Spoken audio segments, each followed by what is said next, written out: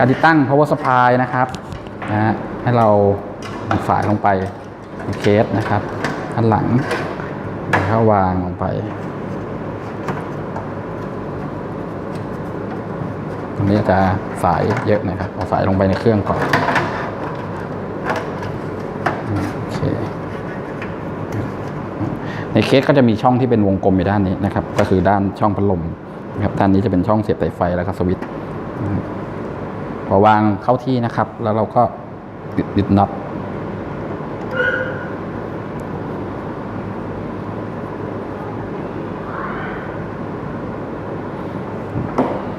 นี่คือการติดตั้ง power supply